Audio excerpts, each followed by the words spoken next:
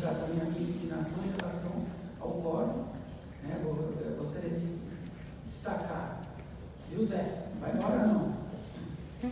Semana passada eu dei uma palestra numa faculdade para 1.200 pessoas, tá? Fui aplaudido de pé, até porque não tinha cadeira lá no auditório. Infelizmente nós temos bastante. As brincadeiras à parte, eu comentei ontem, por conta das palestras, né, que nós tivemos aqui, e há que se destacar, né, personagens que fazem parte da história da escavação, da detonação em áreas urbanas, da história dos explosivos, né? Foi comovente a atuação deles, o destaque, há que se falar da própria reação, né, do Zé Lúcio. Eu quis fazer quase que uma brincadeira, mas uma homenagem, né, e acabou ele comovendo a todos aí por conta da reação dele. Está bacana, o nosso meio tem essas histórias, né, fascinantes. Nós temos aqui o Denis, uma implosão em 1991, né, eu era adolescente ainda, vocês nem tinham nascido, e o Denis acompanhou aquela nossa implosão ecológica lá, né, onde tivemos que convencer o pessoal do meio ambiente que poderia ser feita uma implosão com uma árvore dentro do prédio. A operação foi muito bem sucedida e fomos comemorar na volta. O encarregado, o cronograma estava apertado, arregaçou a árvore, tirou, aí vai encontrar uma outra árvore igual. Eu só estou podendo contar essa história aqui, porque já prescreveu também, graças a Deus, senão eu não podia estar contando. Mas enfim, são muitas histórias, né? A figura da lenda fica por conta da generosidade do CVL, e eu represento aí um símbolo, né, de uma atividade que tem como o maior líder, né, a maior referência do Brasil até hoje, o engenheiro Takahashi. Aqui vocês estão vendo, é uma obra da inteligência artificial. Minha belezura não chega tanto. Minha competência também. Mano, Pedrão, me ajuda aí, socorre aí. Agora, as imagens da implosão do prédio. A implosão extraordinária, realmente, na qual passa na frente. Isso aqui é propaganda do casarão, manda depois. Esse negócio de implosão está dando muito dinheiro, é vinil. A Milena sabe disso, né? Já fiz uma propaganda com ela, a Natália também. Mas o importante realmente nesse momento é o nosso bate-papo curto. Eu já comentei ontem que o nosso bate-papo tem como cenário a implosão, né? O pano de fundo é essa atividade. Mas eu vou aproveitar para lançar a pedra fundamental, né, de um registro histórico, que é a concepção da NBR 9653. A maioria dos senhores aqui convive, né, com o dia a dia das detonações em áreas urbanas, em condições críticas, com relação à vizinhança. E a NBR foi uma conquista extraordinária, né? Eu estive ao lado dos papas que atuavam nessa área, eu mencionei ontem, o Décio Casadeiros, Eular Embu, Tasso Pinheiro, Dante Mariuto, Dante Cerello. Eu estava ali numa condição de caçulinha, né, daquele grupo todo, mas já tinha uma credencial, né, de ter vindo de Tucuruí como responsável pelo controle de vibrações pelo Instituto de Pesquisas Tecnológicas. Então, eu respiro vibração desde 1980, né? Então me sinto credenciado para usar esse espaço de hoje, ao mesmo tempo uma homenagem, um agradecimento do CVL, ao Blastec, que sempre tem me prestigiado. Então hoje eu vou lançar a pedra fundamental para fazer parte de uma webinar, depois um podcast, uma palestra no Sindicato de Pedreiras em Porto Alegre e um depoimento onde eu faço o registro da história da implantação dessa norma NBR 9653, que é uma conquista do nosso setor. E essa iniciativa fica por conta aí, o Bolinho está aí? Levanta o braço aí, Bolinho. Eu tive a arranca-toco com o Bolinho no ano passado, passando na porrada, onde ele questionava, né, o porquê dos 15, né, queria saber a origem disso tudo, e eu expliquei para ele na hora e acabaram não saindo as porradas, ele entendeu, ficou inclusive comovido, né, com esse resgate. Eu mencionei a construção de uma casa, numa bancada, foi algo extraordinário para a época, nem nos Estados Unidos fizeram algo parecido. Então tudo isso vai vir à tona, justamente para que a gente tenha uma ferramenta a mais, né, para dar voz a todos aqueles que se defrontam, né, com esse embate, né, entre aspas, né, com os órgãos ambientais que impõem limites, muitas vezes são autoritários, né, arrogantes até, e nem sempre com uma consistência técnica como é exigido nas boas práticas da engenharia de Minas, principalmente a nossa engenharia do dia a dia, esses mais de 5.600 engenheiros de Minas, milhares de técnicos, blasters, se defrontam com isso. Então, quando você tem uma limitação, uma detonação de uma vizinhança a 400, 500 metros, não tem sentido que se imponha aí uma proibição, né, na hora de se lançar empreendimentos. Eu vou fazer uma citação ao final, né, quase como uma convocação a todos, para que acompanhem esse momento, onde agora aqui nós temos o lançamento dessa pedra fundamental. Falando de inclusão, Pedrão, falando de inclusão, vamos já passar para a próxima.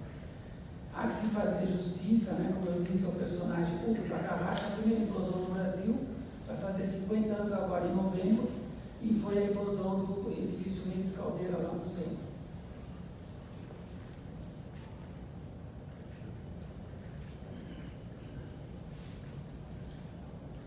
Essa implosão foi no dia 16 de novembro de 1975. Um prédio de 33 andares. Teremos em breve uma implosão com 2 prédios de 34 andares. No Nordeste, né, a cercada de muita expectativa, justamente no ano que completa, né, o 50º da implosão no Brasil. Essas imagens são muito impactantes. Praça da Sé e Praça Clóvis Bevilacqua. Um prédio de 30 pavimentos será demolido em apenas 8 segundos. Edifício Mendes Caldeira, 500 quilos de dinamite. Para construir a principal estação do metrô de São Paulo, a Sé, onde as linhas norte e sul e leste-oeste se cruzam em níveis diferentes. Demolir o edifício à custa de sucessivas explosões programadas e controladas de cargas de dinamite, dispostas em pontos adequados da estrutura de concreto armado.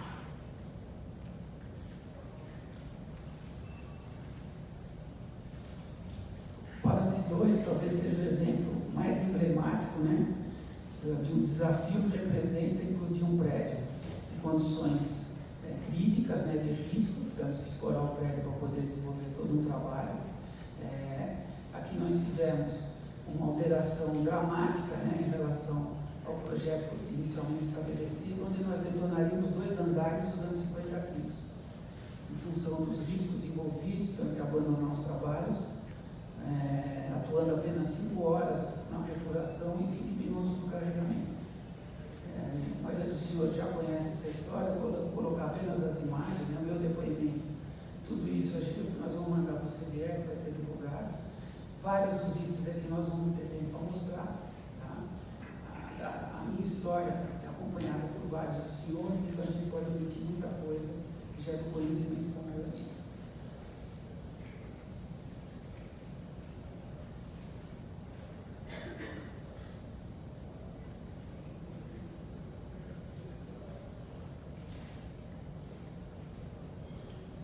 Pedrão, dá um play você aí, que eu não estou necessitando.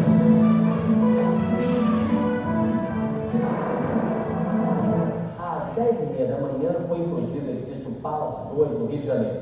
É o fim de um drama que começou há uma semana. Parte do bloco do edifício Palace 2, construído pela Sertan, do deputado Sérgio Naia, caiu na madrugada do dia 22, domingo. A maior parte dos moradores conseguiu sair do prédio, mas 2 pessoas ficaram desaparecidas. Na segunda-feira, o corpo do defensor público Gil Augusto Maneschi foi encontrado na garagem do prédio. A prefeitura resolveu implodir o prédio, já que ele ameaçava cair sobre os edifícios vizinhos. Os moradores do Palace 2 entraram na justiça para tentar impedir a implosão.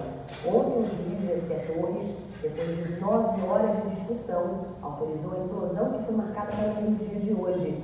De manhã, o prédio voltou a balançar e os técnicos resolveram antecipar a destruição. Em apenas 5 segundos, os 110 apartamentos do edifício Palace 2 desapareceram. Você vai ver agora as imagens da implosão do prédio em 7 ângulos diferentes.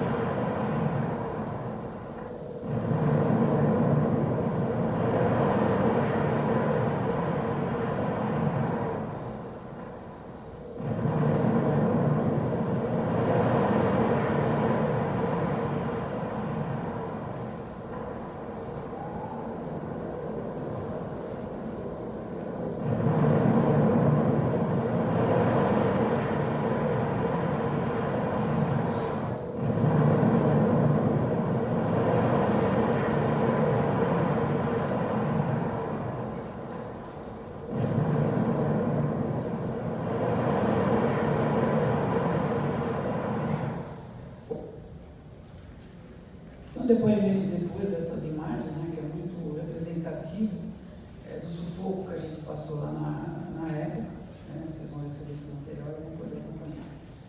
Acho importante dar um destaque para o prédio da Berrini, porque ele tem todo um simbolismo associado a essa nossa iniciativa de lançar essa pedra fundamental em relação ao resgate histórico da NBR 953. O prédio da Berrini, prédio no centro financeiro de São Paulo, apenas 3 metros de um outro prédio. Esse prédio era um prédio novo, né, só 1 metro quadrado, muito valorizado na região, justificaria, né, a inclusão de um prédio praticamente novo. Já tínhamos feito um ano anterior, isso foi em 2008, né?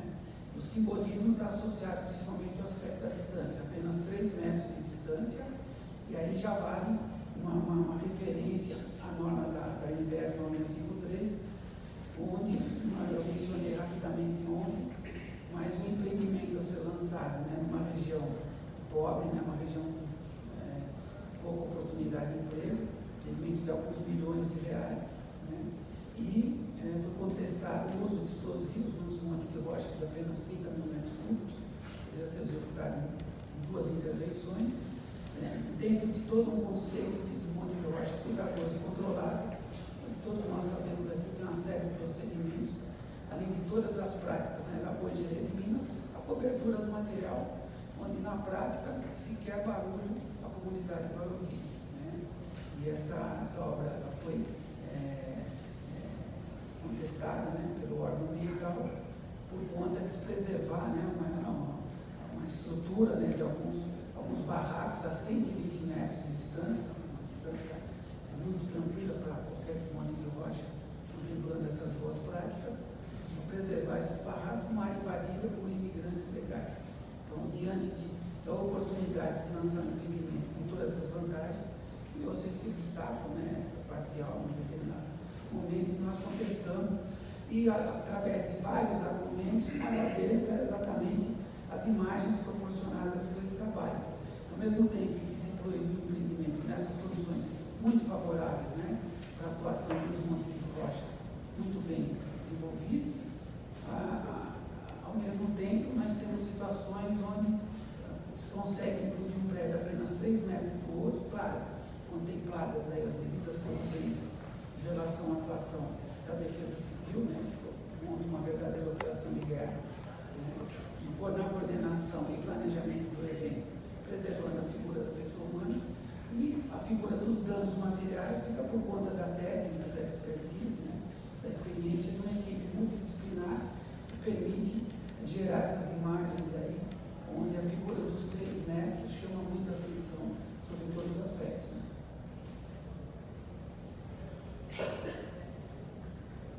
Pedrão, dá o play aí. Passa lá. Preste atenção. Este prédio vai desaparecer em segundos.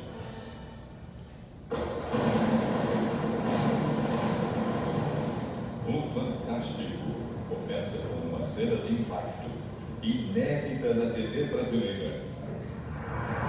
Uma intrusão em super câmera lenta. 15 mil toneladas de concreto, aço e ferro desabam e revelam detalhes que não se percebem a olho nu. Uma imagem fascinante.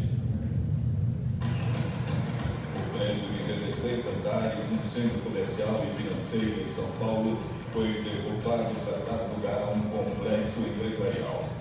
Ontem, a equipe liderada pelo engenheiro Manuel Dias instalou os explosivos nos pilares. Na implosão, nós prevemos cerca de 100 kg de dinamite que serão colocados em 400 pontos de detonação.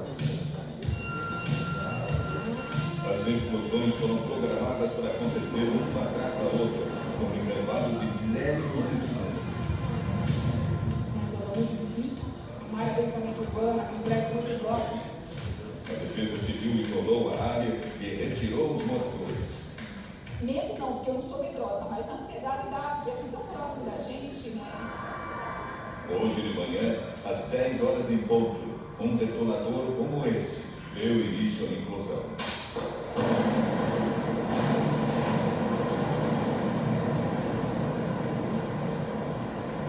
Repare que o edifício cai inclinado para a rua. O objetivo é exatamente preservar os prédios que estão mais próximos. Em apenas 4 segundos, o edifício veio abaixo. Com a super câmera lenta, o que os seus olhos mal conseguem enxergar se transforma num espetáculo.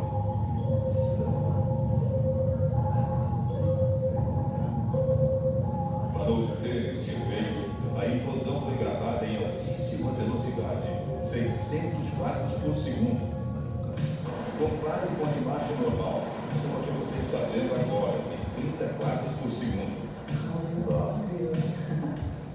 A câmera especial consegue captar o exato momento da detonação.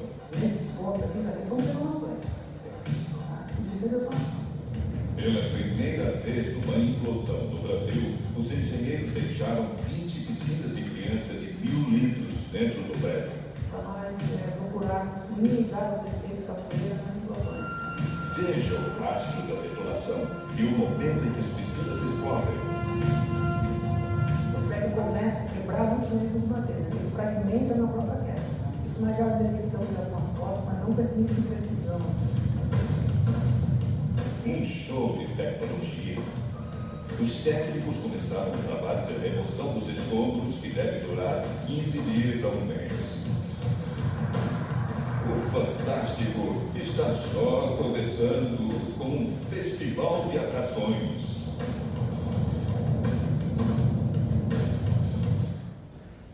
Bom, essa narração serve de homenagem para o nosso Cid Moreira aí, que foi ano passado e fiz uma divulgação legal nas redes aí, homenageando.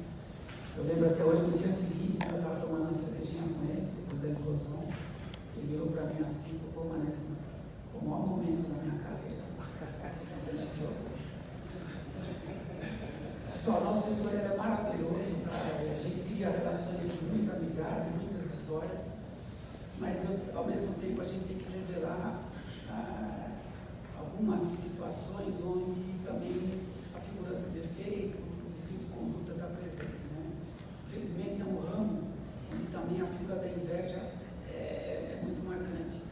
E é nessas horas que a gente percebe as verdadeiras amizades, né? Eu vi alguns comentários maldosos aí, né? A respeito da cor do cabelo e tudo mais. Essa implosão, há 2 anos atrás, eu só pintei o cabelo para atender o clamor feminino. Então, galera, você está proibido. A segunda vez você faz isso comigo aí. Claro que é uma brincadeira, né?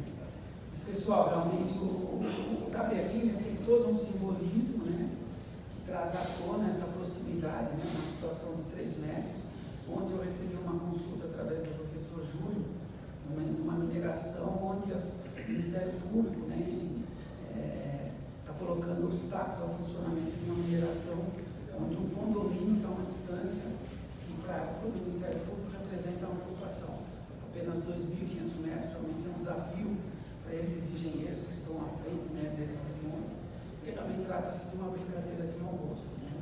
Claro que essas imagens estão falando dos mesmos fenômenos, das mesmas ferramentas, dos mesmos profissionais que estão à frente, né?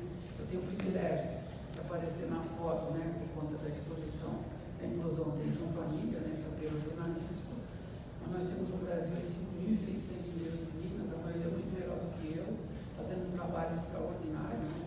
Nós não temos demanda judicial no Brasil em relação à implosão, quanto a danos em estruturas. No Brasil hoje nós vamos ter 3.000 detonações sendo executadas dentro das boas práticas de engenharia de Minas, na proximidade da vizinhança, das edificações. Então, sem dúvida nenhuma, nós atingimos um nível de sofisticação e de cumprimento dos protocolos que permite nos deixar à vontade, né, para dizer que é uma atividade muito segura e que pesa aí essa mística, né, do uso de explosivos, principalmente perante a opinião pública e a imprensa. Então, cabe a nós, né, que estamos à frente do setor, deixar a sociedade cada vez mais tranquila em relação à qualidade com que esses serviços são prestados. Tá?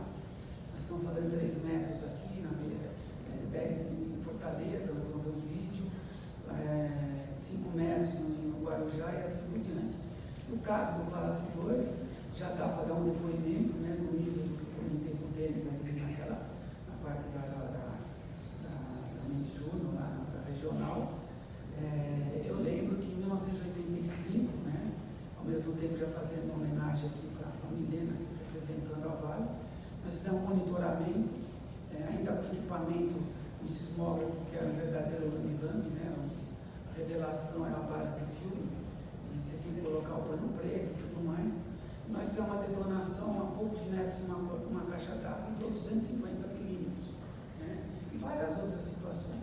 No caso do Palácio 2, nós nos defrontamos com essa condição de risco, uma pressão muito grande, uma comoção, e na hora colocamos o sismógrafo na determinada posição, e a minha segurança, a minha convicção em relação a níveis de vibração, por conta já de toda uma trajetória, né, de vários anos carregando o sismógrafo para cima e para baixo, na hora da implosão, provavelmente após, espera terminar a palestra, o Luiz Eduardo Tecnoblast, para me dar voz de prisão aqui, né? Nós pegamos o sismógrafo, antes da implosão, levando para uma certa distância, segura em relação aos valores a serem emitidos, e depois da implosão trouxemos de volta. É o recurso que nós tivemos diante de toda aquela pressão, mas a convicção que eu tive que as estruturas, né, estavam absolutamente seguras, até porque nós tivemos que usar a detonação do Palácio 2, para que não houvesse risco de corte naquele momento. Usamos uma carga instantânea. Então, da quantidade explosiva prevista, nós usamos uma quantidade inferior a ela. Eu fiquei à vontade para usar esse artifício, né, para poder conviver com a detonação que não pudesse ser questionada depois. Não houve qualquer tipo de questionamento. Foi feita uma análise muito minuciosa por conta do pessoal da Defesa Civil, tá? Então, eu me sinto muito à vontade para estar contando essa história para vocês aqui. Então, diante de toda essa situação que existe hoje, né, em relação a essa condição de você poder trazer à tona, né, esses números, essas imagens, é importante que a gente possa registrar tudo isso. Aqui é uma implosão que nós fizemos lá em Niterói, né, que há de se registrar a competência, o japonês era vivo ainda, o Takahashi. É uma implosão onde tinha um prédio com 21 andares, foi a maior implosão até hoje em volume de concreto armado, um prédio cercado por 10 prédios tombados pelo patrimônio histórico, apenas 5 metros. Quando se subia no prédio, dava a impressão que alguém tinha empurrado os outros prédios para baixo. Então você tem uma imagem muito impactante para a época. O registro histórico é uma imagem que deixa a desejar em função dos recursos que nós temos hoje, mas mostra a competência, né, as soluções implantadas. Eu dou esse destaque para o Hugo, onde a sua genialidade era representada por soluções muito simples diante de problemas complexos. Tá? Então esse realmente foi um episódio que marcou muito, onde ao longo da execução tudo deu errado, só faltava a implosão dar errado também. Infelizmente correu tudo bem, são registros, né, da competência do engenheiro Takahashi, isso foi em 1989, pouco tempo depois da implosão da CESP, um grande desafio também,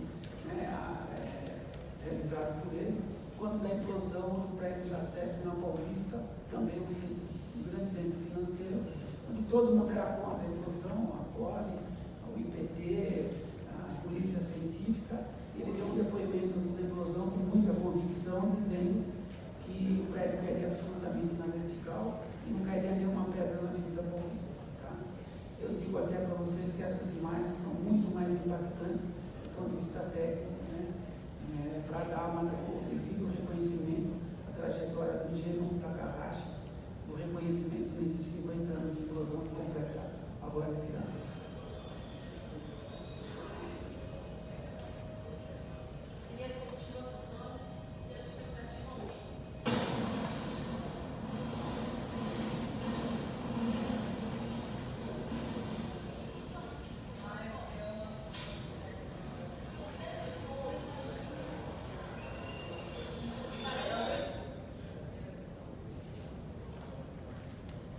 Que eu vou passar rapidamente, lembrando que nas imagens que vocês viram agora há pouco, era um prédio com 2 juntas de dilatação, e normalmente para garantir a queda do prédio, que ele não caísse, né, porque tinha toda uma condição de risco para cair sobre os prédios tombados, nós usamos cabo de aço.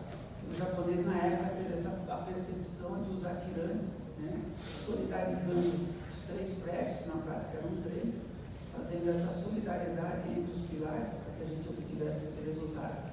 E também detonamos, vocês puderam notar, tem uma luz aí, detonamos 7 andares do elevador, porque o elevador é sempre uma estrutura, tem uma rigidez muito grande, pode causar problema na sequência de quebra da estrutura.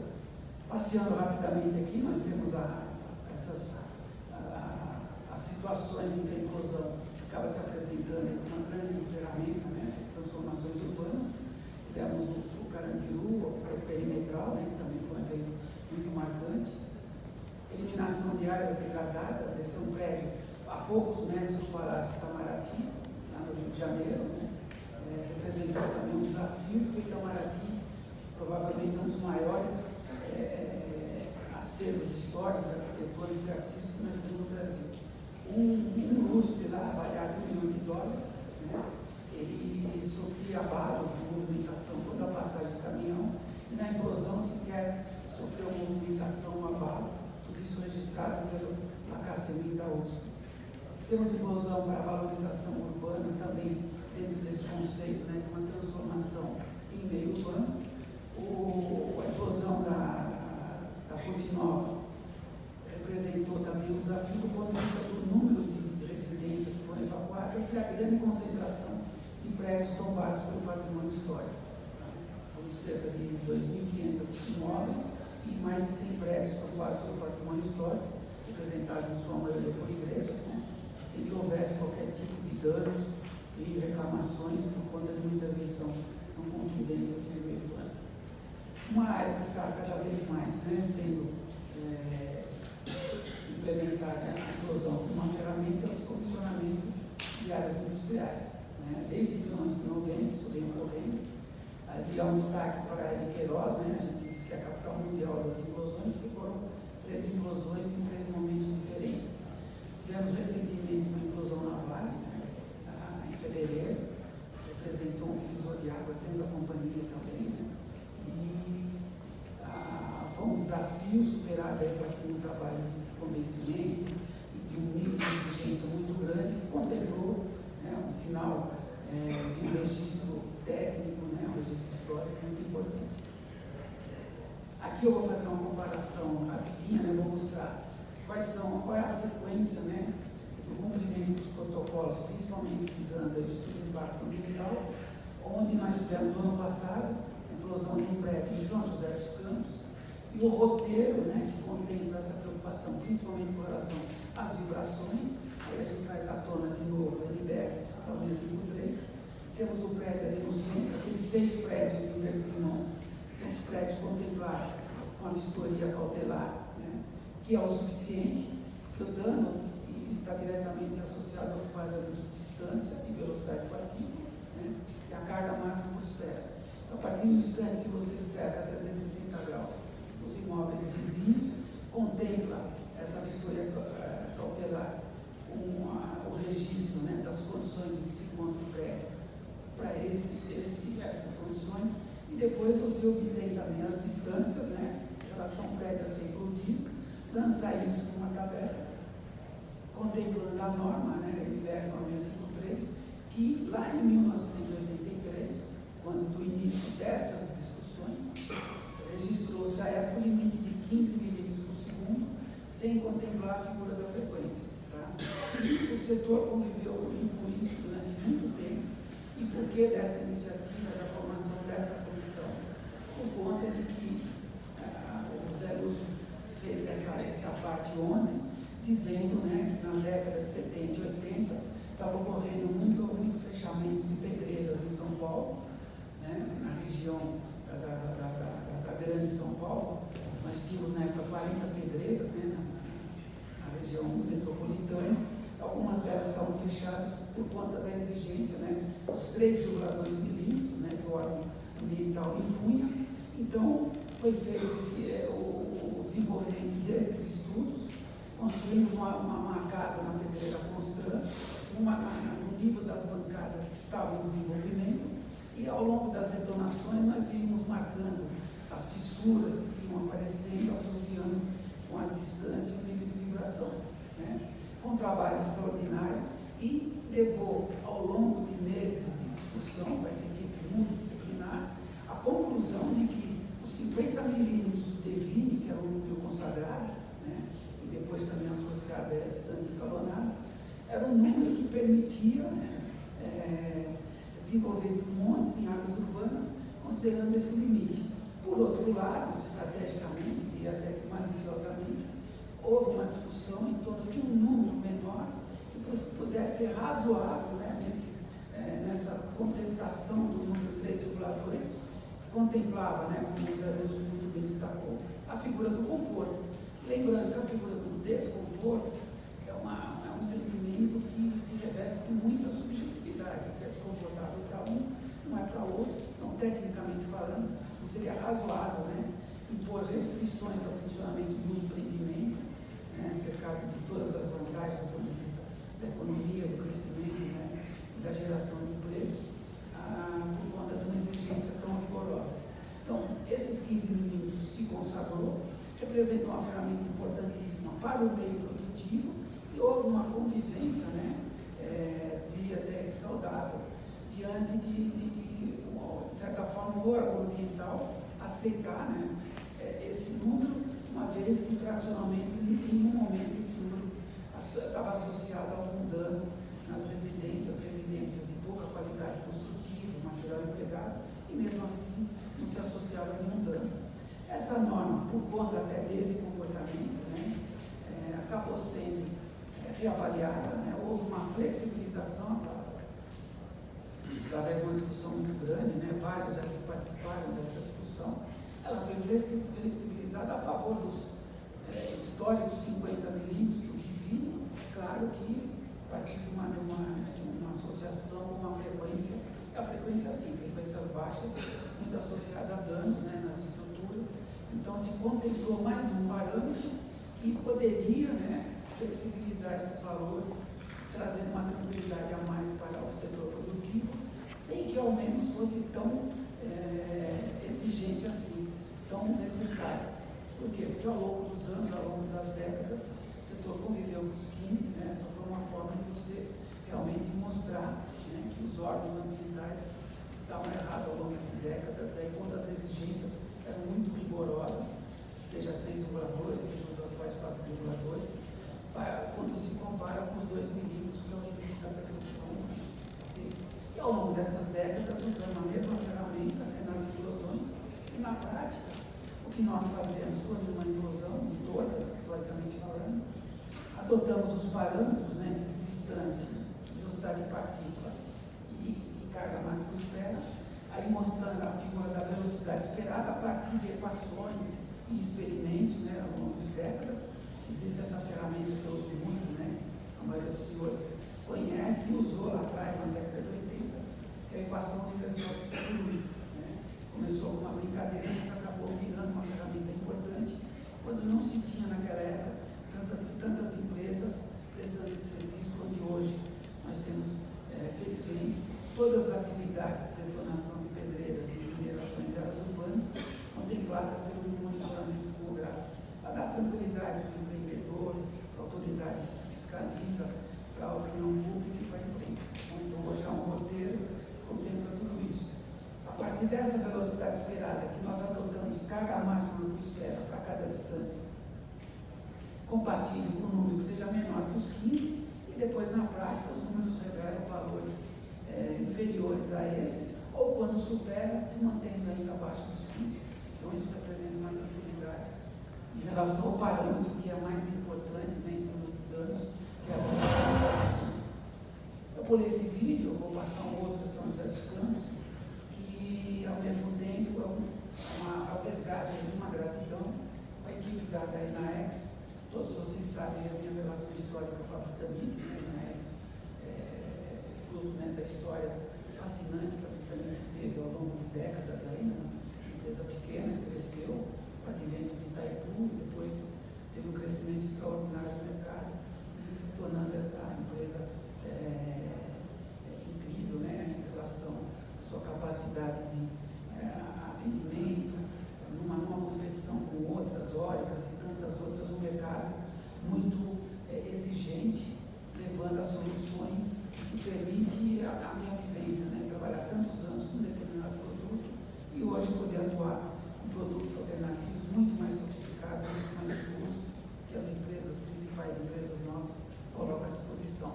Eu vou dar um destaque maior nesse momento, que pesa ter uma relação muito forte com todos.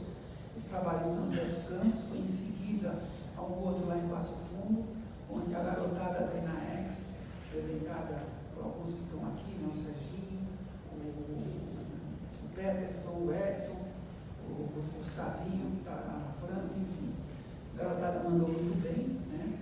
Então eu gostaria de dar esse registro aqui, mostrando a atuação deles, onde eu tive a iniciativa também com um gesto de gratidão, né? Vestir o colete da empresa, naturalmente nas minhas palavras, né? Existe uma mensagem, né, subliminar, é um gesto de solidariedade de todos nós, no momento de mostrar gratidão pelo trabalho que desenvolveram, a qualidade, que é fruto das imagens que vocês vão ver agora aqui.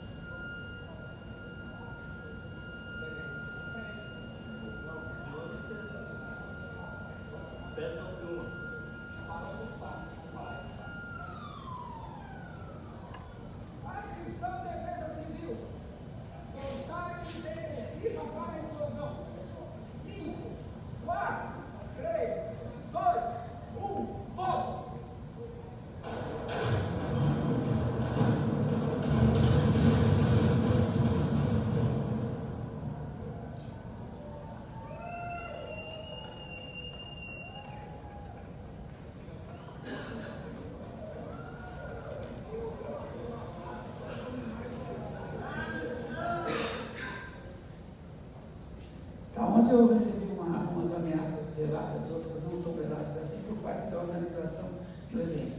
Agora vieram me intimidar novamente, em relação a 5 minutos. Eu quero que, com todo o respeito, o carinho, a amizade que nós temos, eu quero que você vá se lascar. Você toma uns minutos aí do bolinho, pega do Peterson também, entendeu? Mas eu vou ficar mais meia hora aqui. Claro que é brincadeira. Mas eu vou prestar homenagem para você, apesar de toda essa sacanagem. Aqui, como eu disse, né, quem tem amigo não morre pagão. O CVL sempre tem esse reconhecimento com a nossa atuação, né, à frente desses trabalhos. Como eu disse e repito, né, uma atividade multidisciplinar. Eu vou mostrar rapidamente depois um vídeo com as últimas 7 implosões. A minha área, hoje eu atuo numa área de consultoria executiva. Então, nas 7 implosões, 7 empresas diferentes, né? E vou dar um detalhe a respeito disso, a partir dessa homenagem que eu estou fazendo aqui para o CVL, para a Blastec, que eu tenho tanto carinho. Pedrão, é você.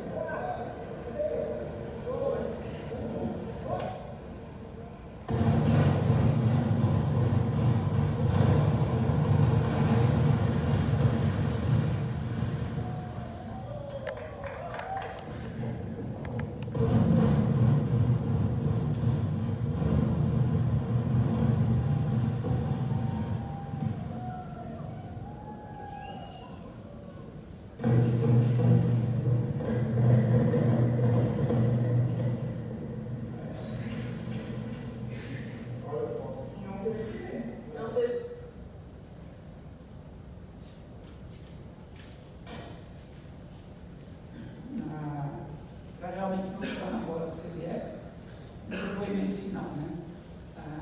Tradicionalmente as implosões ocorrem, historicamente falando, uma frequência de 4 a 5 por ano.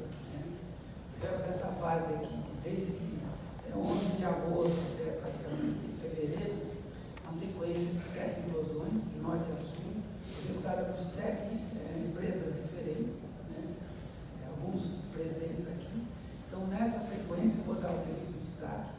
E o principal destaque é o fato de que, dentro desse conceito, né, de consultoria executiva, eu vou lá com o encarregado, né, os parceiros que participam, sempre chamo os amigos, né, para o Marcelo está aqui, sempre vai nas implosões, Bolinho, Morno, enfim, colegas, né, eu sempre fiz questão de chamar os amigos para participar desses eventos, primeiro que trazem qualidade, né, responsabilidade, coleguismo, um evento que envolve muita responsabilidade, a competência deles traz mais tranquilidade ainda para mim. Tá?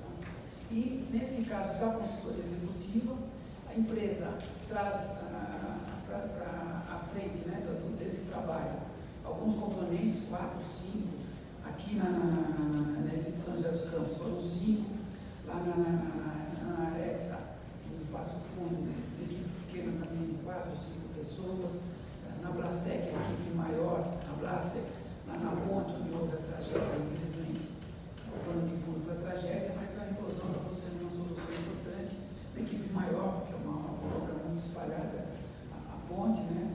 Enfim, o trabalho desenvolvido na Vale, pioneiramente, não divisoriadas dentro da companhia com as implosões, uma equipe pequena também da Desmontec, da INAEX, enfim.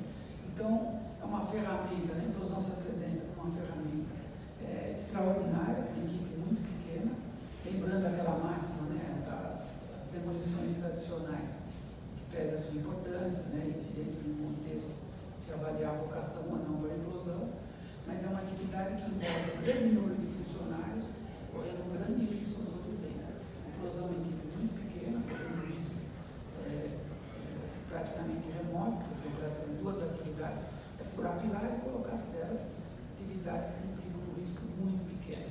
E a segurança, sem dúvida nenhuma, acaba sendo um grande destaque para essa atividade.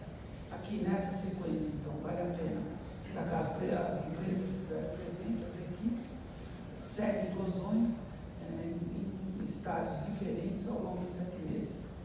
Isso projeta aí um momento muito favorável à atividade, né? Nós já temos outras em andamento, temos 4 na Paraíba, num estado pequeno, né? E podemos também falar com muito orgulho, está sendo lançada a pedra fundamental também do Brasil, executar trabalhos lá no exterior. Eu tive algumas experiências pontuais, né, ao longo de décadas passadas, e agora, né, a parceria, né, com a Teccontrol permite o primeiro desafio, executar a implosão em 26 prédios, né, num país da América do Sul, uma situação muito estratégica, envolvendo aí as Forças Armadas, um projeto bastante ambicioso. É um momento até de muita alegria saber que vão poder colocar o Brasil também, né, colocando o pé nas implosões em outros países, lembrando, né, que o Brasil não deve nada na implosão por conta desse histórico, né, bem sucedido nos 50 anos, sempre lembrando, né, que tudo começou lá atrás com a figura do engenheiro Uta Carrache, foi o pioneiro das implosões e até hoje é sinônimo de implosão no Brasil. Tá bom? Então, vou mostrar essa sequência para vocês, justamente para fechar aí essa nossa conversa, esse nosso bate-papo. Manda, Pedrão. Eu passo o fundo para 11 de agosto com a Exa Boqueirão.